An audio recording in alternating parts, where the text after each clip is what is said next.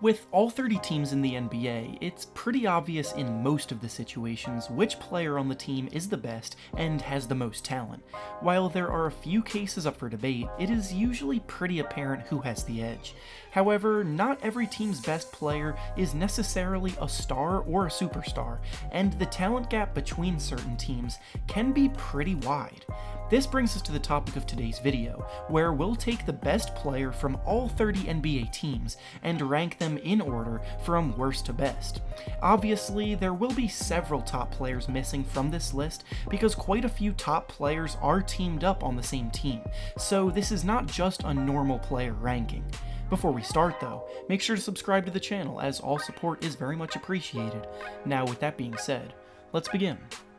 As always, we'll start at the bottom and work our way to the top of the ranking, and at number 30, we've got Terry Rozier of the Charlotte Hornets. The Hornets will be a prime contender to be the worst team in the NBA this season, and having the worst best player amongst the 30 teams definitely does not help either. To this point, he's only ever been a backup that can occasionally provide a nice scoring spark, but overall, he's been incredibly inefficient and inconsistent. At number 29, we've got Jonas Valanciunas of the Memphis Grizzlies. The Grizzlies' top talent are all very young, with Ja Morant entering as a rookie and Jaren Jackson Jr. showing a ton of promise as a rookie last year, but Valanciunas is a highly productive vet that improved a ton last season. He's better off as a role player though, and obviously compared to the stars of the league, he comes in near the bottom. At number 28, we have Kevin Love of the Cleveland Cavaliers. Love used to be a top power forward in the league and a legitimate star, but in the present, he's coming off of a season where he not only struggled mightily with his efficiency, but was also hampered with injuries almost the entire time. Depending on how he bounces back this year, he could rise back up, but at the moment, he kinda belongs near the bottom. At number 27, we have Trae Young of the Atlanta Hawks.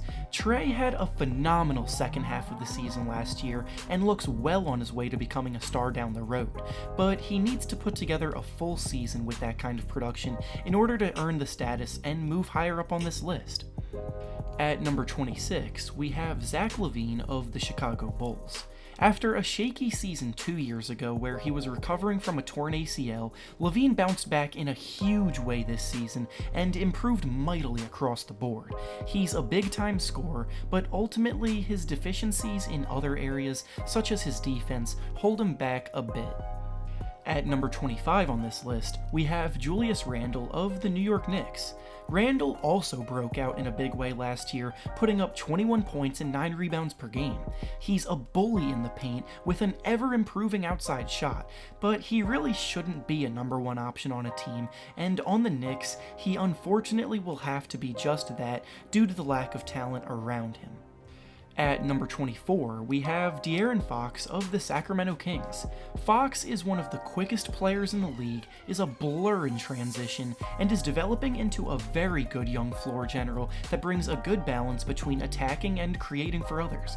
I see him as a future all-star for sure, but through only 2 seasons, he hasn't quite gotten there yet.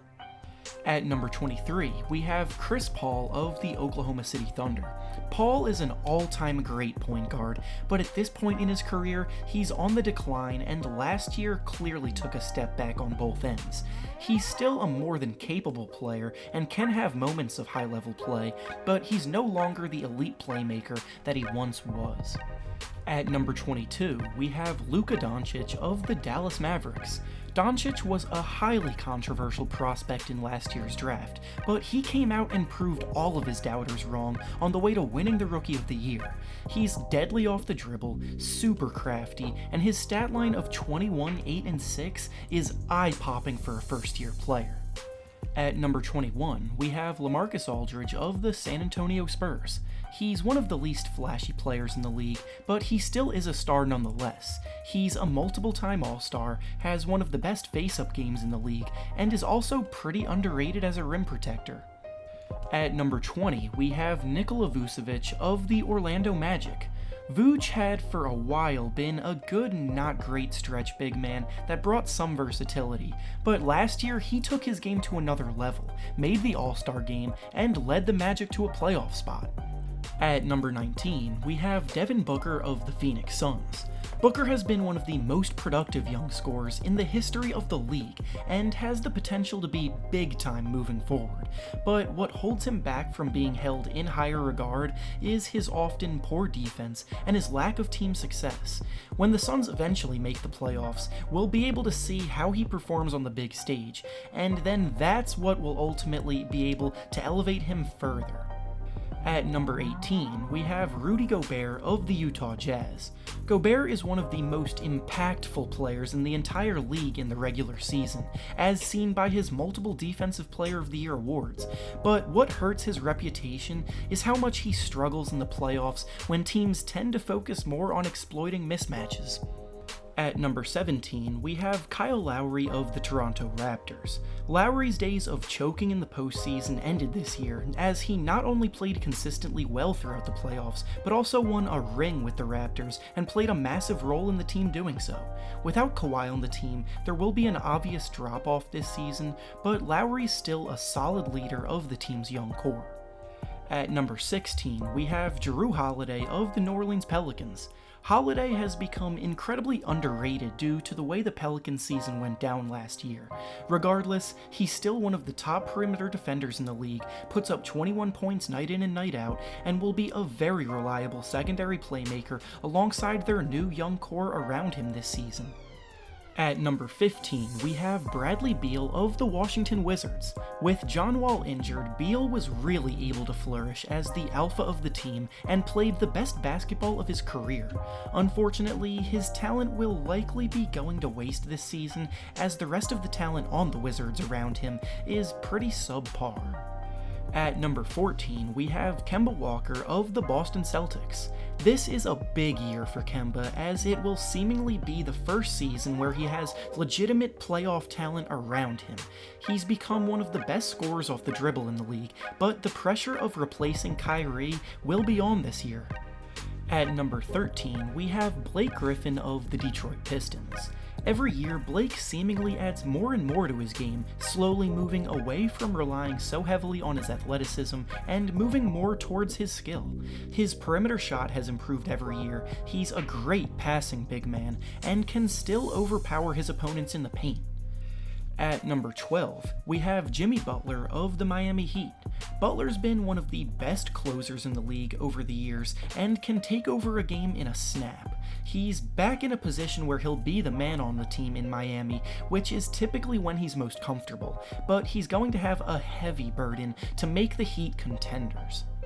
At number 11, we have Victor Oladipo of the Indiana Pacers. Since Oladipo has arrived in Indiana, he's become a big-time player on both ends of the floor. He's amazing on defense with his ability to harass opponents and force turnovers, and on offense, he's improved drastically to the point where he's a legitimate number one option. He's going to miss a few months recovering from an injury this season, but when he gets back, the Pacers will be a tough team to face. Now, starting off the top 10 of this list, we have Karl-Anthony Towns of the Minnesota Timberwolves. Cat's offensive skills are impeccable, as he puts up 24 points per game while shooting 52% from the field and 40% from 3, making him deadly both inside and out. What holds him back from being in the best center debate is his defense, but overall, he's such a dynamic player. At number 9, we have Damian Lillard of the Portland Trailblazers. Dame showed out in the playoffs this year and had several iconic moments, including his series-winning buzzer beater against Oklahoma City. He's a highly productive scoring guard, tremendous leader, and always gets his team to the playoffs despite consistently being counted out. At number 8, we have Nikola Jokic of the Denver Nuggets.